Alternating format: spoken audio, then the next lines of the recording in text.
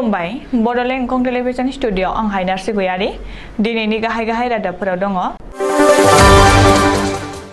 Matric आनजाद उथ्रिसारनाय फरायसाफोरनि जौखोन्दोआ खमायदों देग्लायनि मेट्रिक आनजादाव फरायसुलिफोरनिफ्राय फरायसुलाफोरनि उथ्रिसारनाया बांसिन मेट्रिक आनजादाव उथ्रिसारनो हायि सानै फरायसाया गावखौनो फोथैदों मेट्रिक उथ्रिसारनाय फरायसाफोरनि मुं थिसननायनि थाखाय दर्पण पर्टेल खुलिबाय मेट्रिक आनजादाव उथ्रिसारनो हायि सासे फरायसुलिया गावखौनो फोथैनानै लानो नाजादों गाबोन कक्लाबारिनि उफेरा बिसायख'थि जिल्ला खुंथाया आबुंथियारि खालामबाय क'क्राझाराव थाइजौ बिफांनिफ्राय गोग्लैना सासेनि जिउ खहा टेटुखौ लानानै चाइना सोरखारा मोनसे गोदान नेम खान्थि फोसावदों आफां सबनसिरि हाइड्र' पावार प्रजेक्टआव गिख्रंथाव जाब्रबथाय बिहाराव सिटेट पास जानो ई-रिक्सा सालायनाय खौराङा बयजोंबो सावरायजादों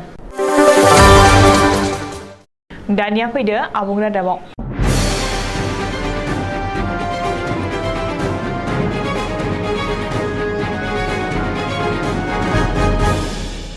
दिनै फोसावबाय मेट्रिक आरो हाइ माद्रासा आनजादनि रिजाल्ट कभिडनि अलखद थासारिनि उनाव रायजोआव खुंनाय एसएसएलसी आनजादाव उथ्रिसारनाय फरायसाफोरनि हार एबा जौखोन्दोआ जोबोरैनो खमायदों देग्लायनि मेट्रिक आनजादाव 56.49 जौखोन्दो फरायसाफोराल' उथ्रिसार जानो हादों देग्लाय गासै 4,05,582 फरायसाफोरा मेट्रिक आनजाद लिरदोंमोन बेनिनो 2,29,133 फरायसाफोराल' उथ्रिसार जानो हादों गुबुन फारसे रायजोनाङै गासै 10,245 फरायसाफोरा हाइ माद्रासा आनजाद लिरदों बेनिनो 52.73 जौखोन्दो फरायसाफोराल' आनजादाव उथ्रिसार जानो हादों मख'नो गोनांदि देग्लायनि मेट्रिक आनजादाव रायजोनि गेजेरावनो धेमाजि जिल्लायाव फरायसाफोरनि उथ्रिसारनाय हारा बांसिन धेमाजि जिल्लायाव गासै 85.46 जौखोन्दो फरायसाफोरा मेट्रिक आनजादाव उथ्रिसारनानै जिल्लाफोरनि फारिलाइनि जौसिन जायगा आवग्रिदों धेमाजि जिल्लानि उनाव नैथि आरो थामथि सारियाव दङ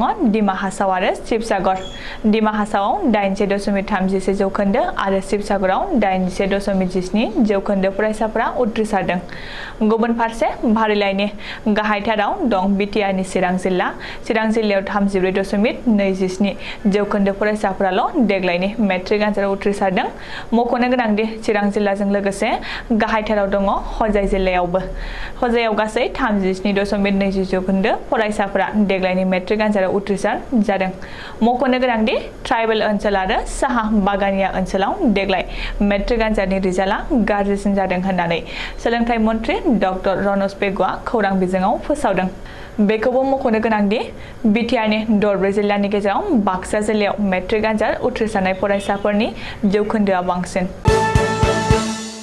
दिनै फोसावबाय एसएसएलसी एबा मेट्रिक आरो हाइ माद्रासा आनजादनि रिजाल्ट सेबेआ फोसावनाय रिजाल्ट बादियै देग्लायनि मेट्रिक आनजादाव उथ्रिसारनाय फरायसाफोरनि हारा गासै 52.49 जौखोन्दो गासै 4,05,582 फरायसाफोरा देग्लायनि मेट्रिक आनजाद लिरदोंमोन बेनिनो 2,29,130 फरायसाफोरा उथ्रिसार जानो हादों सेथि थाखोआव 65,179 नैथि थाखोआव 99,854 आरो थामथि थाखोआव 64,101 फरायसाफोरा उथ्रिसार जादों मख'नो गोनांदि देग्लायनि मेट्रिक आनजादाव फरायसुलिफोरनिख्रुइ फरायसुलाफोरनि उथ्रिसारनायनि हारा बांसिन फरायसुलाफोरनि उथ्रिसारनाय हारा 58.80 जौखोन्दो आरो फरायसुलिफोरनि उथ्रिसारनाय हारा 54.49 जौखोन्दो मेट्रिक आनजादाव उथ्रिसारनो हानाय गासै 2,29,131 फरायसाफोरनि गेजेराव 1,10,888 फरायसुलिफोर बेनिनो सेथि थाखोआव 30,559 नैथि थाखोआव 42,852 आरो थामथि थाखोआव 30,473 फरायसुलाफोरा उथ्रिसार जादों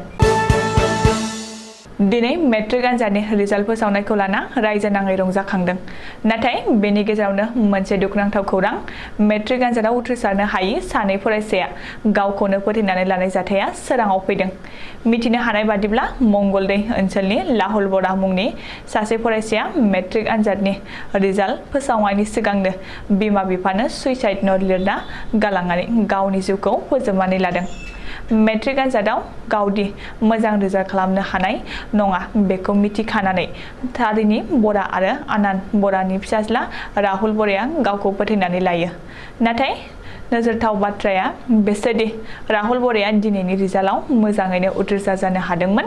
राहुल बर'आ संस्कृत आयदायाव लेटार मार्क लाना नैथि थाखोआव उथ्रिसारनो हादोंमोन। गुबुन फारसे मेरापानी ओनसोलनि सारायमारी जितिर गामिनि सबिन सुटिया मुंनि फरायसायाबो मेट्रिक आनजादाव उथ्रिसार जानो हायैनि थाखाय गावनि जिउखौ फोजोबनानै लादों होननानै खौरां मोन्दों। सबिन सुटियाया सारायमारी फरायसालिनिफ्राय मेट्रिक आनजाद लिरदोंमोन, नाथाय दिनैनि रिजाल्ट फोसावनायनि उनाव आनजादाव उथ्रिनो हायैनि दिखारजों सबिन सुटियाया गावखौनो फोथैनानै लायो होननानै खौरां मोन्दों। दिनैसो सेबेया फोसावनाय मेट्रिक आनजाद उथ्रिनाय फरायसाफोरनि थाखाय मोनसे गोनांथार खौरां। मेट्रिक आनजाद उथ्रिनाय फरायसाफोरनि मुं थिसननायनि थाखाय गोनांथार खौरां फोसावदों सोलोंथाइ मन्थ्रि डक्टर रनेश पेगुआ। सोलोंथाइ मन्थ्रिया फरायसाफोरनि मुं थिसननायनि आदबखौ खिन्थादों। मेट्रिक आनजाद उथ्रिनाय फरायसाफोरा गोजौ सोलोंथाइनि थाखाय माबोरै मुं थिसनगोन आरो एप्लाइ खालामगोन बेनि बागै सोलोंथाइ मन्थ्रिया फोरमायदों। सोलोंथाइ मन्थ्रिया फोरमायनाय बादिब्ला दिनै मेट्रिक आनजाद उथ्रिनाय फरायसाफोरनि मुं थिसननायनि थाखाय सोलोंथाइ बिफाना मोनसे गोदान पर्टेल खुलिदों। बे पर्टेलनि जोहैसो फरायसाफोरा गोजौ सोलोंथाइनि थाखाय मुं थिसननो हागोन। बे पर्टेलानो जादों दर्पण पर्टेल। दर्पण पर्टेलनि गेजेरजों मुं थिसननायनि थाखाय अनलाइननि जोहैसो फरायसाफोरा आर'जलाइ गथायनो नांगोन। सासे फरायसायानो गुबुन गुबुन फरायसालिमायाव आर'जलाइ गथायनो हानाय नङा। मुं थिसननायनि थाखाय फरायसाफोरा जाहाथे बिहिर आरो होंगो दोंगो खालामनो हाया बेनि थाखाय बे राहाखौ लादों आरो दर्पण पर्टेल खुलिदों। बबेखानि सासे फरायसाया गुबुन गुबुन फरायसालिमायाव मुं थिसननानै मोननै मोनथाम सिट ब्लक खालामनानै दोननो हानाय नङा होननानैबो सोलोंथाइ मन्थ्रिया रोखायै फोसावदों। मेट्रिक आनजादाव उथ्रिसारनो हायैनि थाखाय सासे फरायसुलिया गावखौ फोथैना लानो नाजानाय गिबि जाथाय सोराङाव फैदों। बे जाथाया चराइदेउ जिल्लायाव जादों। मख'नो गोनांदि दिनै मेट्रिक आनजादनि रिजाल्ट फोसावदों आरो बेखौ लानानै रायजो नाङै फरायसाफोर आरो दिथागिरिफोरनि गेजेराव रंजाखांदों। नाथाय बे समावनो चराइदेउ जिल्लायाव सासे फरायसुलिया गावखौनो फोथैना लानो नाजानाय जाथाया सोराङाव फैदों। जाय जाथाया ओनसोलजों लोगोसे रायजो नाङै बयखौबो दुखु मोनहोदों। मिथिनो हानाय बादिब्ला चराइदेउ जिल्ला सनारि साफे खाथिनि नहर गहाय गामिनि पल्लबी बर' गाहाय मुंनि फरायसुलिया गंब्रै आयदायाव फेल जानायनि थाखाय मोदोमाव केरासिन लुना सावनानै लादों। बे जाथायाव पल्लबी बर' गाहायनि 50 जौखोन्दोनिबो बांसिन मोदोमा खामदों।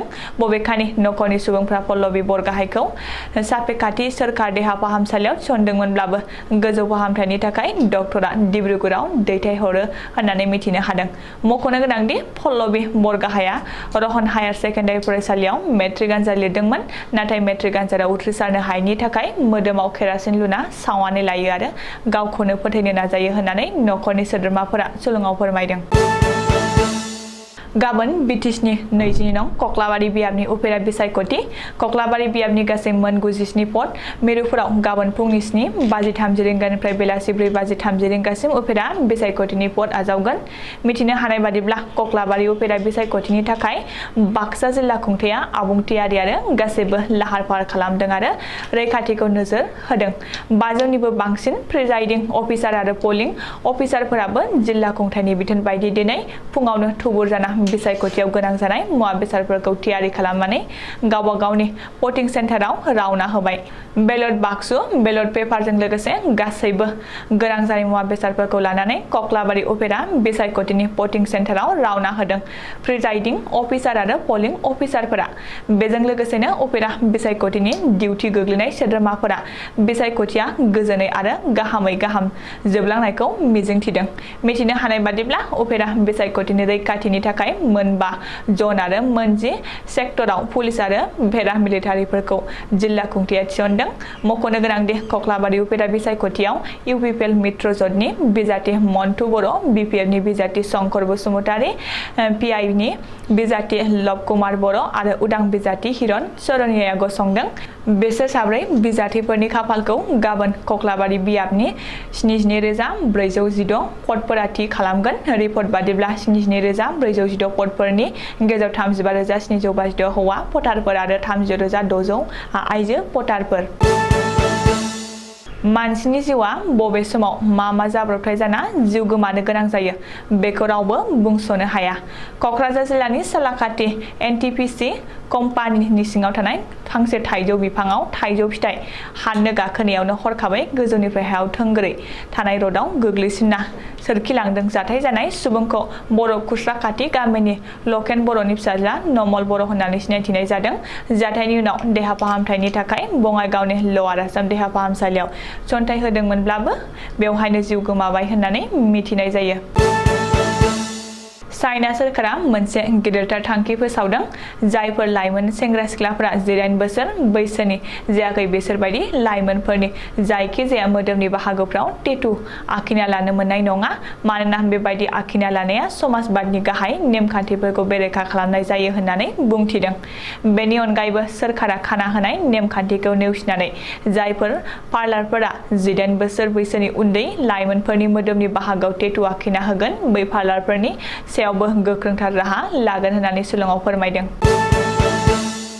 हरखाबै गोजौ हाजोनि हाया रुइखांना गिसिखांना होसिननायजों सासे सुबुंनि जिउ खहा आरो सानै गोब्राब जोखोम।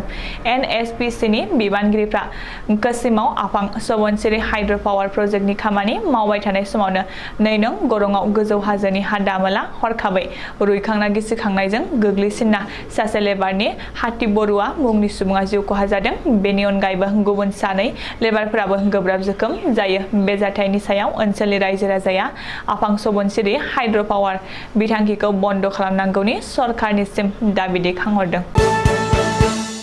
मोनसे सोमोनांथाव जाथाय। सासे सिटेट पास जानाय लाइमोन सेंग्राया साख्रिनि राहा जायैनि गावनि नखरनि आंखालखौ सुफुंनो इ-रिक्साखौ सालायनो गोनां जादों। मख'नो गोनांदि बिहाराव सासे जाहांगीर मुंनि सुबुङा 2019 मायथाइयाव सिटेट उथ्रिसार जानायनि उनावबो लाइमोन सेंग्राया साख्रिनि राहा लासेयावबो जेबो राहा जायैलाय गावनि उदैनि आंखालखौ सुफुंनो गंसे इ-रिक्सा बायना इ-रिक्सानि मोखांथिं सिटेट पास इ-रिक्सा बाला लिरना 2 बोसोरनिफ्रायनो इ-रिक्सा सालायना खामानिखौ मावबोदों। दिनैनि रादाबा एसेनोसै। गोजोन्थों।